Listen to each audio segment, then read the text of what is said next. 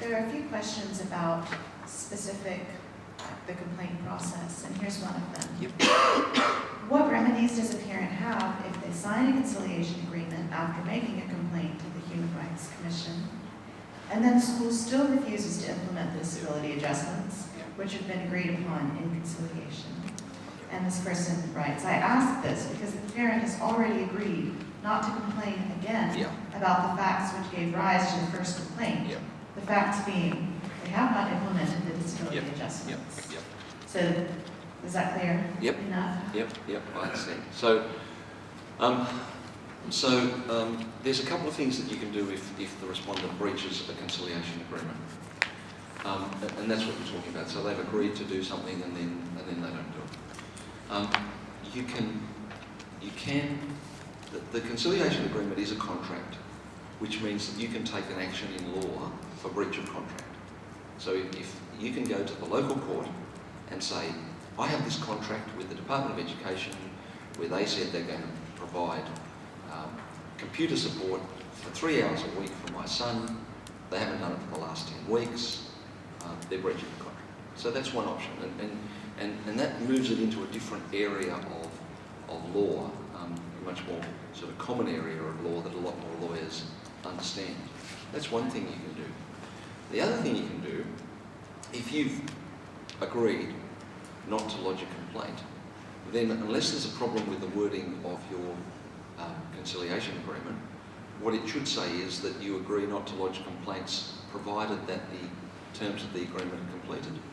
So if those terms aren't completed, they're in breach. So your restriction on lodging further complaints is removed by the breach of that agreement.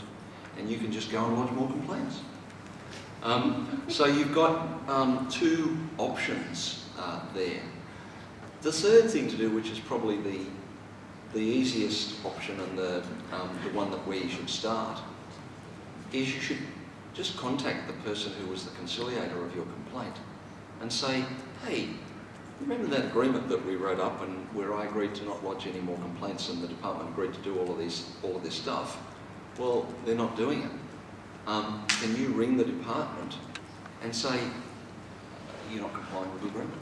And I would hope that most of the time our conciliators would say, yeah, sure. So that's the first thing that I would do. I'd actually go back and say, or if you wanted to, you could just you could email the department directly and say, we had this agreement, I said that I wouldn't lodge further complaints, you said you would do this, you're not doing what you said, I therefore think I'm not bound to do what I said. And the other thing to do might be to say, we had this agreement, there's a confidentiality clause in this agreement, which I've agreed to, and with which I will comply if you carry out your side of the agreement. However, if you don't, in the next 14 days, I'm going to the local newspapers. So, and you just lay these things out in a really calm, clear manner and say, this is a problem. We had a deal here, you're breaking it.